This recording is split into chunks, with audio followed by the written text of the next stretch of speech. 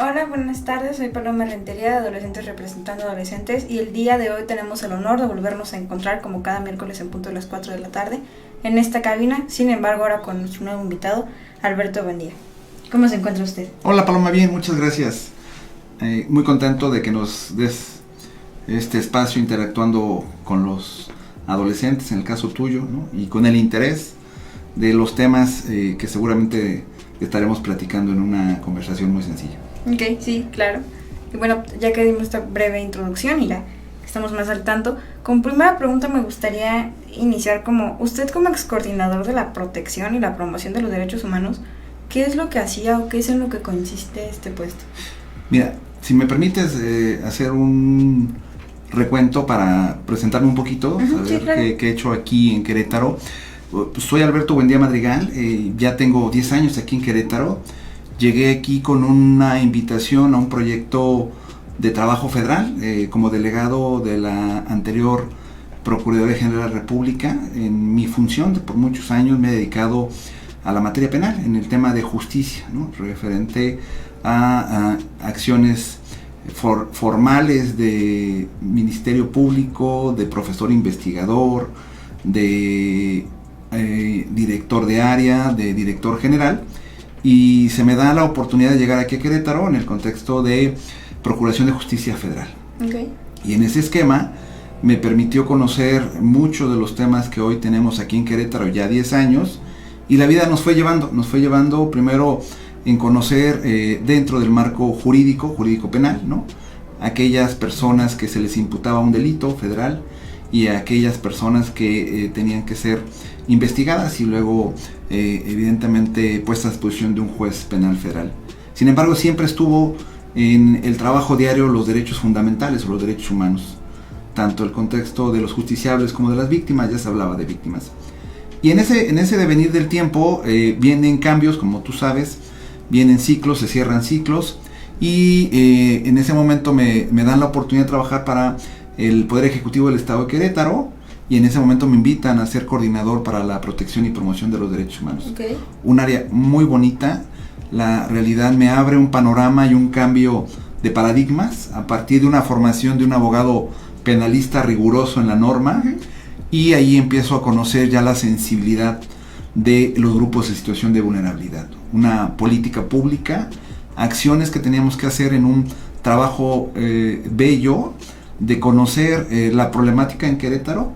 Me toca trabajar el programa estatal de derechos humanos. En ese momento, como parte de esa función que tuve la oportunidad de conocer los 18 municipios, haciendo primero un diagnóstico, mesas de trabajo y después propuestas de acciones afirmativas que tienen que ver encaminada con acciones en un aspecto de derechos humanos para todos los grupos vulnerables. Okay. Y ahí cambió una visión, un tema del abogado duro, rudo, a un tema más formal, más formado en el contexto de derechos humanos y en el tema constitucional y derecho internacional.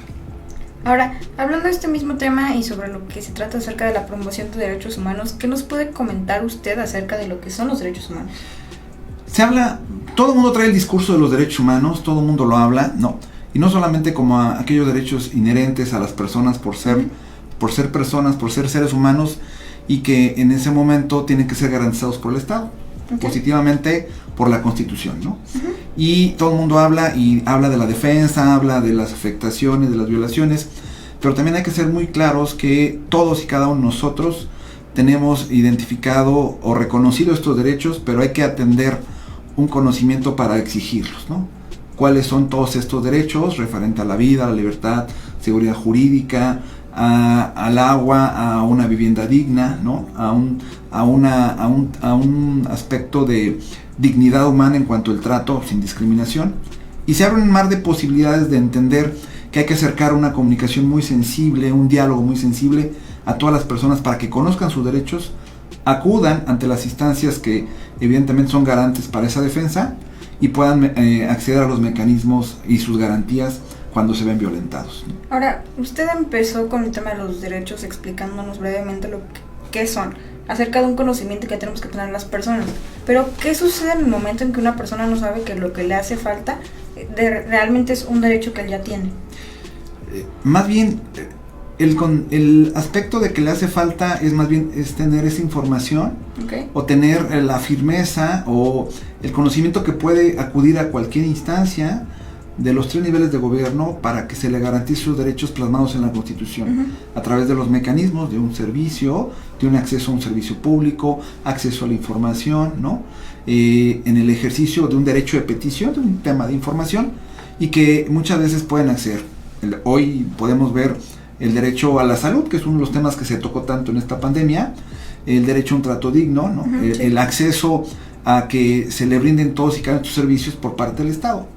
Pero muchas veces en ese contexto de conocimiento a veces no se accede para que se materialicen esos derechos, ¿no? Okay. Y lo más importante es que hay instituciones garantes que están encargadas a través de una queja, una denuncia, a investigar a servidores públicos referente a sus acciones o omisiones cuando afectan un derecho humano.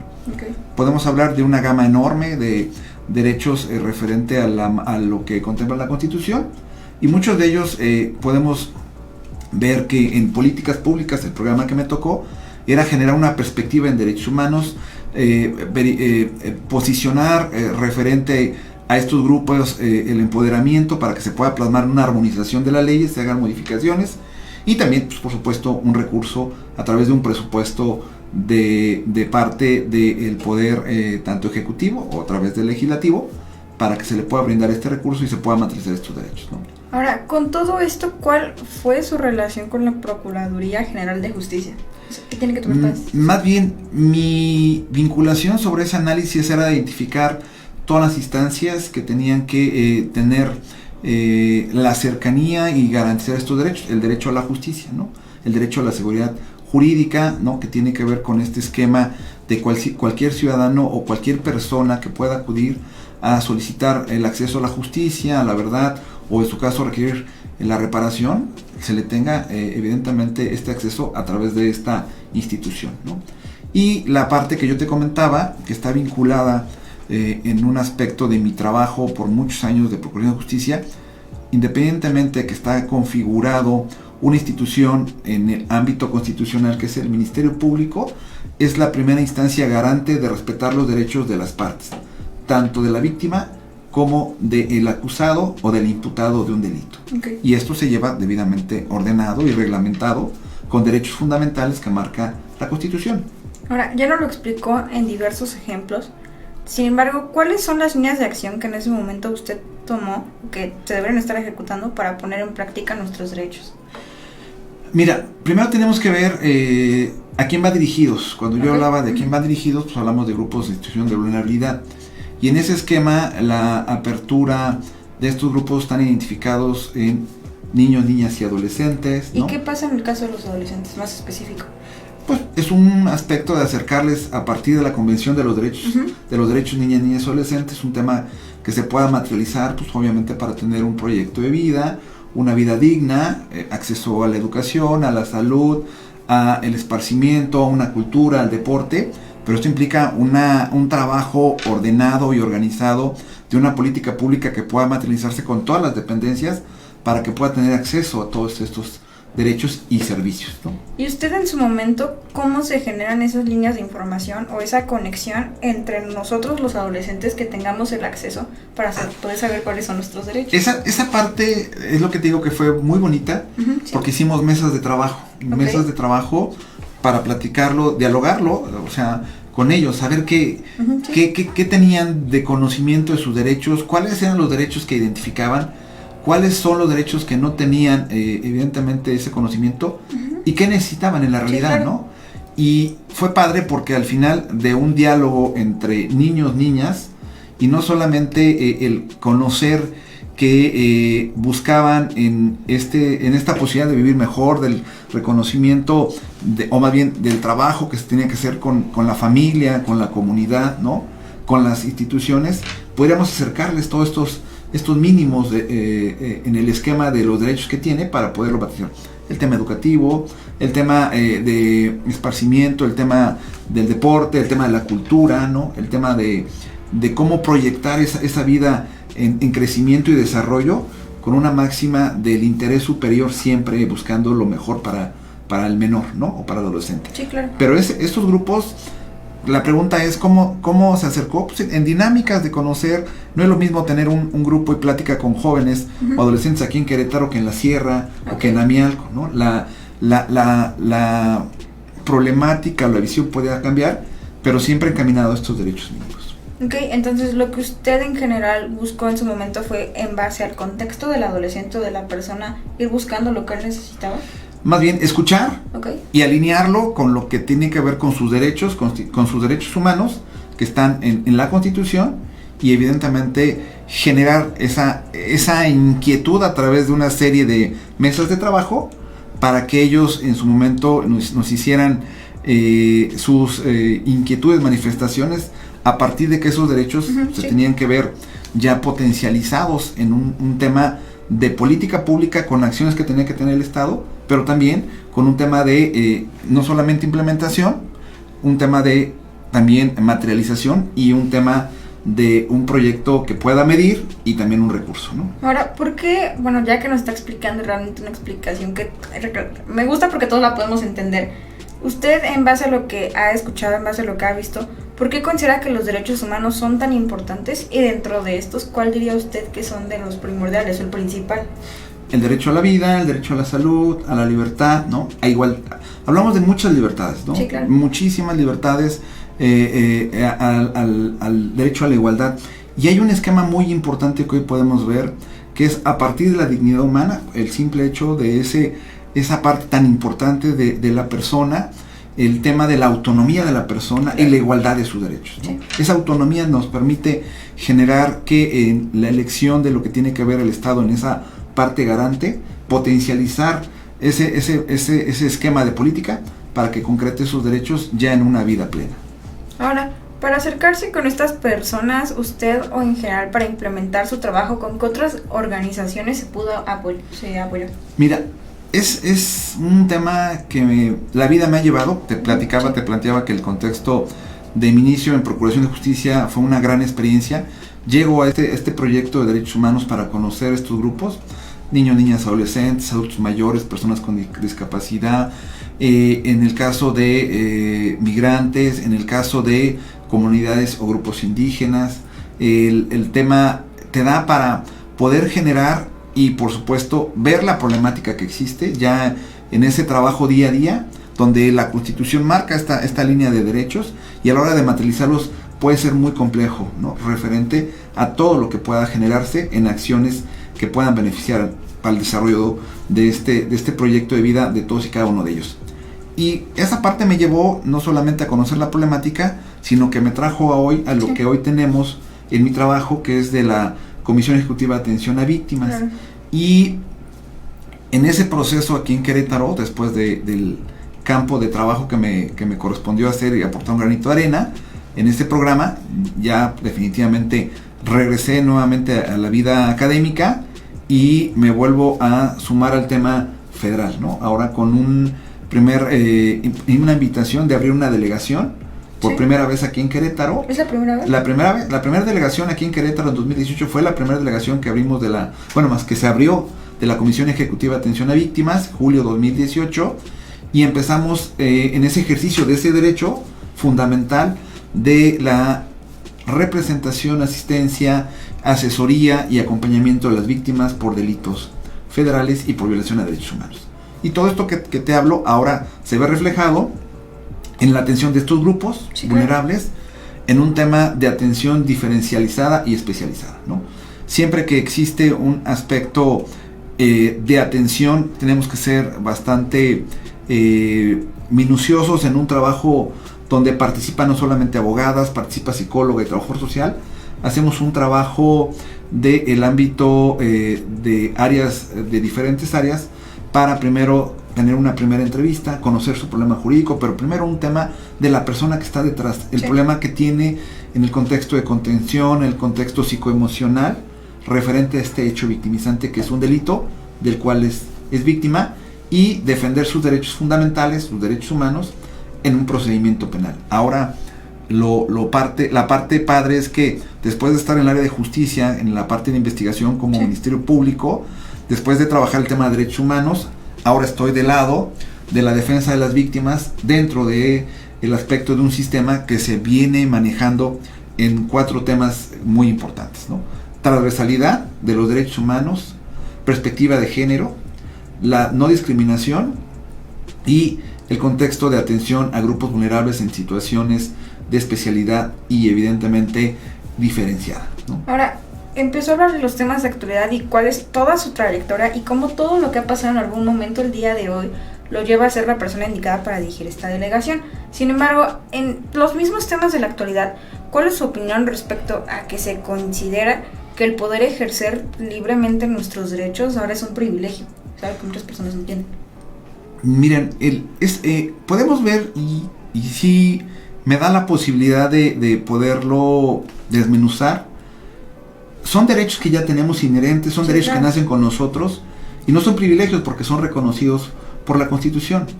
Más bien se ha malentendido un contexto de un derecho y una corresponsabilidad. ¿Cuál es la diferencia? Esa parte del derecho es la parte que me exige y me garantiza el Estado. Ajá, sí. Pero mi corresponsabilidad es respetar los derechos de los demás, no afectar a esos terceros.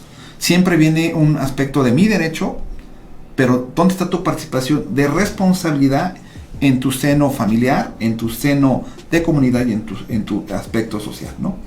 Ejemplo, ejerces un derecho a la libertad, pero respetando los derechos de terceros, ¿no?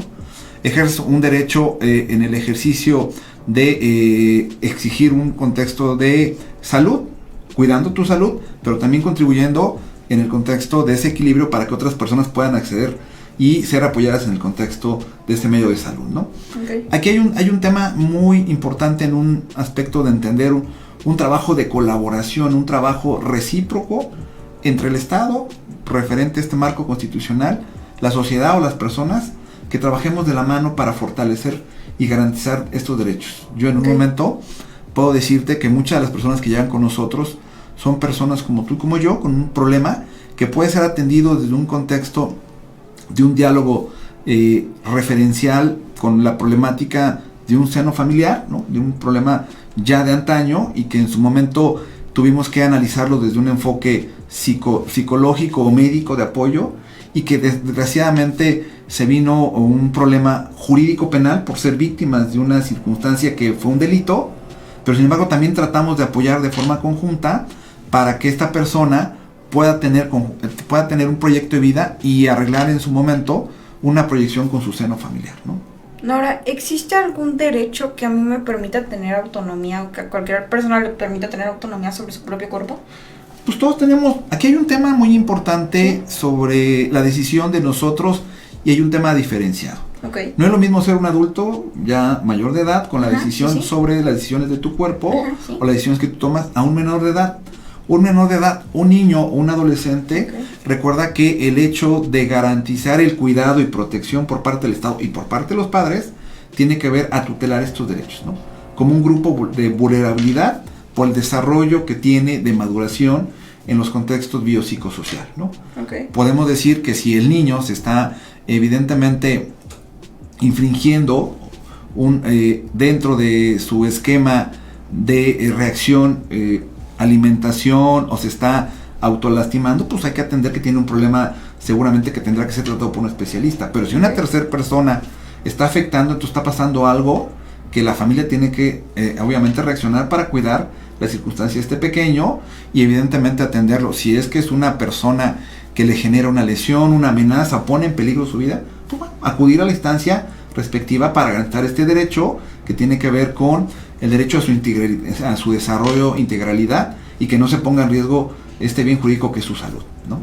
Ok, hablando de temas específicos sobre lo que pasa con una víctima, dándole entendido en que usted está encargado de una delegación que ayuda a esta parte, ¿qué es lo que pasa en el caso de una persona que ha sufrido una violación? ¿O cuál es el proceso a seguir? Mira, nosotros tenemos dentro del Sistema Nacional de Atención a Víctimas un sistema que genera una vinculación con los 3 niveles de gobierno, federación, estado y municipio.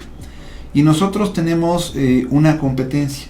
Dentro de este sistema existen delitos federales y delitos que contemplan los códigos penales de cada entidad federativa, ¿no? Nosotros en este esquema, cuando me hablas de una violación, existe obviamente un delito donde está contemplado en el Código Penal, tanto del ámbito federal como del ámbito estatal. Y si no interviene dentro de la figura de la calidad del sujeto una autoridad federal, no somos competentes, es competencia del Estado, es donde interviene la Fiscalía General de Justicia del Estado de Querétaro o de cualquier Estado, ¿no? Y en este caso, con mayor razón, tiene que ver a garantizar este desarrollo pleno de libre desarrollo de su personalidad de un menor, cuando hablamos de un delito donde tiene que intervenir instancias para garantizar y el cuidado y protección de estos menores, o delitos donde se puede agravar cuando se comete en contra de un menor, ¿no? Pero la parte más importante en la distinción de nuestro trabajo es: existe un sistema nacional que interviene en los 3 niveles de gobierno, federal, estatal y municipal, y hay una competencia a partir de los hechos que tenemos conocimiento del delito. Si está tipificado o está descrito en un código penal del Estado, es competencia local, y si está descrito en un código penal federal, es competencia de nosotros. Okay. Déjame decirte otra cosa también importante. Con los cambios administrativos o con los cambios de denominación, éramos identificados como una delegación, hoy es un centro de atención integral. Okay. ¿Por qué es un centro de atención integral? Porque en la atención multidisciplinaria o integral lo integran diversas disciplinas, no solamente el acompañamiento, asesoría, representación de el asesor victimal o asesora victimal, sino que hay un acompañamiento de especialistas que es un psicólogo médico y un trabajador social para poder entender la problemática de ese hecho victimizante, obviamente consecuencia de un delito, cuando la víctima de forma directa o indirecta se ve afectada. Ahora, nos estaba comentando previamente que todo esto se integra a diversas otras personas, ¿no? Un psicólogo, una persona que apoya, es un trabajador social. Un trabajador social. Sí. ¿Con qué ustedes también ven el tema de incluso prevención de estos accidentes o de estas agresiones? Mira, es una gran posibilidad. Ajá, sí. Dentro de las funciones que tenemos dentro de la Ley General de Víctimas, están generar acciones conjuntas, ¿no?, de políticas públicas, entre ellos trabajar de la mano con instancias de procuración, de seguridad pública o instancias que tienen que ver con la representación y garantía, en el caso del DIF, Procuraduría de los Derechos de Niños y Adolescentes, ¿no?, Instituto Queretano de la Mujer, ¿no?, en el caso de instancias que podamos trabajar de la mano para que se eviten el mayor número de acciones en contra de personas que puedan ser víctimas, y entre ellos la prevención, ¿no? La prevención del delito es muy importante, y entre ellos, si prevenimos un delito, pues evidentemente pues no habrá una víctima, y en ese esquema nosotros contribuimos en poder fortalecer de forma conjunta un trabajo ordenado, dirigido, donde beneficiemos a todas y cada una de las personas para evitar ser víctimas, ¿no? Y es un trabajo que nos ayuda mucho. El sistema nacional es uno de los temas importantes que estamos impulsando y que ahorita queremos tocar las puertas. Ves que acaba de haber cambios de administración. Claro. Vamos a tocar las puertas en el Estado, con el Poder Ejecutivo, con los integrantes del Poder Ejecutivo, con los municipios y todas las instancias que hermanamos este trabajo que beneficie para que beneficie la atención de las víctimas en todos los sentidos, no solamente el ámbito salud, educación, apoyos que generen un contexto de atención diferenciada especializada, si es mujer, si es un adulto mayor, si es persona con discapacidad, si es un niño, niña o adolescente. Siempre vamos a ver el beneficio y que genere, por supuesto, este esquema de atención generalizada e integral. ¿Cuáles son algunas de las políticas públicas que usted dentro de este ámbito ha creado? Más bien, dentro de esta parte que nos corresponde de políticas, es generar un contexto de vinculación y atención, con un contexto de comunicación asertiva y colaborativa con todas las dependencias. Okay. Y esto involucra que estas acciones, porque el legislativo ya ha trabajado para generar los cambios de armonización de todas las leyes, donde genera este vínculo desde su derecho humano, desde el ámbito constitucional, la Ley General de Víctimas, el Código Nacional, evidentemente, de Procedimientos Penales, Código Penal. Cuando hablamos de una víctima por un delito, generamos estas acciones de comunicación y representación, y que nos abran la posibilidad de apoyarlo en todos los sentidos, en ese contexto de competencia de cada instancia, ¿no? Y esas políticas pues se generan con acciones de vinculación, de seguimiento, de atención, hasta que tengamos una respuesta que nos permita consolidar un trabajo en beneficio de las víctimas. ¿Usted podría decir que la clave para lograr todo esto es la comunicación entre las organizaciones? La comunicación entre las instituciones, instituciones entre las instituciones y un trabajo colaborativo. Okay. Un trabajo colaborativo, pero además no dejar de desatender que hay muchos sistemas que tienen que ser trabajados a través de derechos humanos, ¿no? El sistema de atención a víctimas, el sistema de los derechos niñas, niñas, adolescentes, el sistema de justicia, el sistema de derechos humanos, y todos tienen que ser obviamente generados siempre en un contexto de lo que mejor beneficie a las víctimas y sus derechos. Derechos humanos que tienen que ser garantizados en el sistema de justicia, ¿no? En el sistema evidentemente que le permita transitar a un proyecto de vida, y lo más importante, que se vea ayudado por todas las instituciones obligadas a poderlo hacer. Ahora, hablando ya en general de la institución en la cual usted el día de hoy nos viene a comentar sobre lo que se trata, ¿usted nos podría comentar cuáles son los pasos a seguir con una víctima? Ok. ¿Te acuerdas que planteaste referente a qué derechos tenía la persona y cómo acceder y si los tenía o no, si tiene duda? Tenemos un gran reto. El tema es, hoy para ti es un tema muy sencillo, tu celular, que seguramente el tema de accesar a cualquier consulta a través de Google o cualquier buscador, pero a veces la parte de información no llega a todos, ¿no? Sí. Por eso el tema de trato diferenciado especializado, el tema de difusión es uno de los temas y retos que ahorita traemos. Okay. Que nos conozcan, que existe una institución que participa y garantiza en este Sistema Nacional de Atención a Víctimas, que representa a las víctimas dentro del procedimiento penal, dentro del procedimiento de derechos humanos, administrativo y amparo, en la defensa de todos y cada uno de sus derechos, ¿no? Consagrados obviamente en la Constitución. Y esta parte de difusión es muy importante, pero a veces con tanta tecnología a veces desconocen que existimos, claro, ¿no? Y para ti es muy fácil, tú le pones comisión ejecutiva y va a salir en Google qué es la comisión, pero hay que entender que no todos en el contexto generacional tenemos acceso de la misma forma a la tecnología. Hay adultos mayores que desconocen, entonces hay que trabajar de forma conjunta.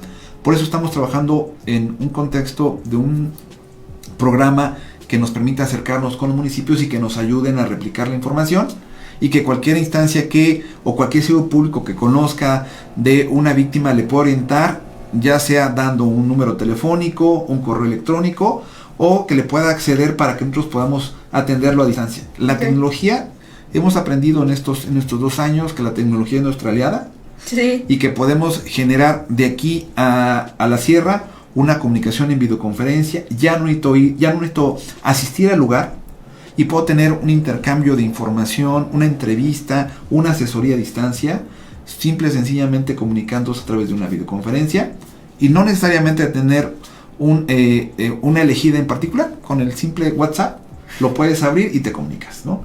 Entonces, la cercanía que hoy nos ha permitido reaprender que la tecnología está de nuestro lado, es también acercarle a aquellas personas que se sienten en su momento no acompañadas desde una llamada telefónica o una consulta o una contención psicológica a distancia, ¿no? O sea, ya no necesito venir, claro, es un tema que tiene que ser privado, pero me conecto y necesito escuchar a alguien que me pueda ayudar en este momento que tengo crisis, o en este momento que estoy pasando por un mal momento referente a este hecho del cual pues estoy transitando con mi abogada en la defensa de estos derechos, pero de repente tengo altas y bajas donde requiero de un especialista que me permita transitar un tema de equilibrio emocional, un tema de salud, y lo podemos hacer a distancia, ¿no? Entonces, ya hablando en específico de una persona, en estos pasos, ¿qué se hace con una víctima cuando llega? Primero, los primeros pasos es que acudan con nosotros. Referente, siempre va a haber una primera entrevista, un aspecto de una plática, un diálogo sencillo, coloquial, para conocer su problemática, ¿no? Su problemática, si estamos hablando de un hecho del cual ella refiere, es víctima. Muchas de las personas que llegan con nosotros, evidentemente podemos señalar que en nuestro desarrollo de vida todos podemos ser víctimas de alguna circunstancia, de algún hecho, o víctima por así denominarlo, referente a cómo me siento en ese momento.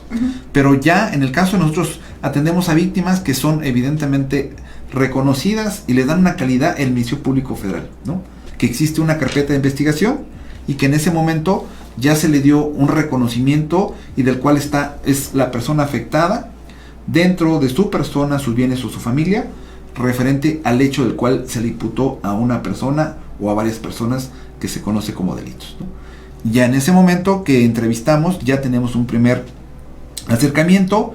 Hay principios muy importantes. El principio evidentemente que involucra no generar una revictimización, un principio de buena fe. Lo que me diga, por supuesto, es lo que me está señalando y como lo está sintiendo, y no tengo por qué decir que no es cierto, ¿no? Sí. Y en ese momento abro las posibilidades de ser receptivo, de ser evidentemente abierto para poderlo escuchar y generar un trabajo colaborativo y obviamente colegiado para que en un momento determinado podamos tener un acompañamiento, dirigir en un primer momento, si es que en ese esquema no has denunciado o presentado tu querella, construir un escrito para que pueda denunciar de un hecho que sí es un delito, hacer el acompañamiento a la Fiscalía General de la República. 2, generar primero un contexto de entrevista con su abogada y ya posteriormente, si en ese momento se requiere la participación de la psicóloga, tener un intercambio para poder también evaluar cómo se encuentra en ese momento psicoemocionalmente, ¿no? Y ya la parte de trabajo social es acercar una serie de apoyos que generan por parte del gobierno federal en esa vinculación que te comento, que a veces requiere en un momento determinado abrir las puertas y abrirle un esquema de gobierno federal o estatal donde pueda ser atendido o apoyado por algunos programas o algunos apoyos de dependencias públicas. Y la otra, ya hay un tema de representación y un registro donde abrimos un expediente y formalizamos ya nuestra intervención como una institución garante de sus derechos. ¿En algún momento es necesario intervenir con el familiar de la víctima? Mira, sí es importante porque la víctima también, acuérdate que hay un concepto, hay legalmente identificamos a las víctimas directas, quienes resienten la conducta, los hechos, la víctima indirecta, que es el familiar, y una víctima potencial, que es la persona que se posiciona en la defensa de los derechos y que siempre ha sido como el contexto de que se materialicen sus derechos defendiendo a ambas víctimas, ¿no? Directo o indirecta. Atendemos de forma conjunta porque la atención es integral y la atención es por núcleo familiar. Si hay una afectación de un adolescente, pues tenemos que hablar con la mamá y el papá, ¿no? Sí, claro. La atención se da de forma conjunta porque independientemente que el menor o el adolescente es víctima directa, las víctimas indirectas son los papás, ¿no? Y en ese momento atendemos de forma conjunta tanto la víctima directa o indirecta. O sea, vemos la problemática, vemos lo que está generando este hecho en el ámbito jurídico, en el ámbito de ese núcleo que ha afectado y cómo podemos apoyar, ¿no? Si es en el caso vincularlo al tema de salud, si es vincularlo a un esquema de atención referente a un área especializada, del cual podamos brindar un poco más de apoyo en ese momento. Ahora, usted ya nos comentó una de las principales problemáticas que tienen para poder acercarse a cualquier persona, y que es la comunicación y la difusión de todo el material. Ya en la experiencia de tener a la víctima enfrente de ustedes o junto con ustedes, ¿cuál es la parte más difícil? Mira, yo creo que no hay parte difícil cuando tu trabajo lo haces realmente por vocación y por pasión, pero todos somos personas y tenemos un contexto de acciones, de sentimientos, acciones de que se siente. Estamos hablando de personas que en un momento determinado pueden abrir su proyecto de vida, pueden abrir su problemática de cómo lo ven, cómo lo viven, y estamos hablando de personas que también sienten y les duele. Entonces también tenemos que ser muy conscientes de la sensibilidad de la atención, sí, claro, y poder tener también esa sensibilidad para que sean escuchados. Mucha gente quiere ser escuchada y que se le resuelva en un momento determinado por dónde podemos trabajar de forma conjunta para llegar a un mejor resultado para apoyarlos. Ok, ahora ya para poder finalizar esta bella plática que tuvimos el día de hoy, donde nos dejó un gran conocimiento no solo sobre lo que consiste en nuestros derechos humanos, sino que ya hay organizaciones e instituciones como las que usted nos vino a compartir el día de hoy que nos pueden apoyar en caso de ser víctimas. ¿Le gustaría dejarnos algún consejo a nosotros como adolescentes? Sí, más bien mi consejo es que generen, que no se queden con ganas de hacer esos proyectos, ese desarrollo a llegar a lo que más les apasiona, que se informen referente al ejercicio de cada una de sus actividades en cuanto a sus derechos, y también se informen de cuáles son las instancias a las cuales pueden acudir cuando se ven afectados.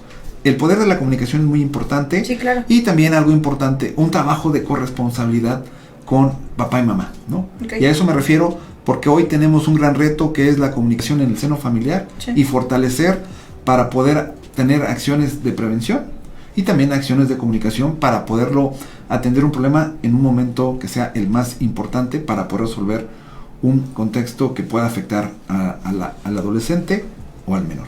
Ok, bueno, muchas gracias, y no solo por esto, sino por podernos brindar el día de hoy su tiempo, el honor de tenerlo en esta cabina y de tener una plática donde realmente todos salimos el día de hoy muy informados. Entonces, bueno, muchas gracias. Gracias, Paloma, te agradezco y me voy muy contento. Espero no te haya mareado con tanta información, pero me voy muy contento y que me hayas dado este espacio, y primero porque estés interesada en estos temas, claro, y segunda porque podamos aunar un poquito desde tu trinchera.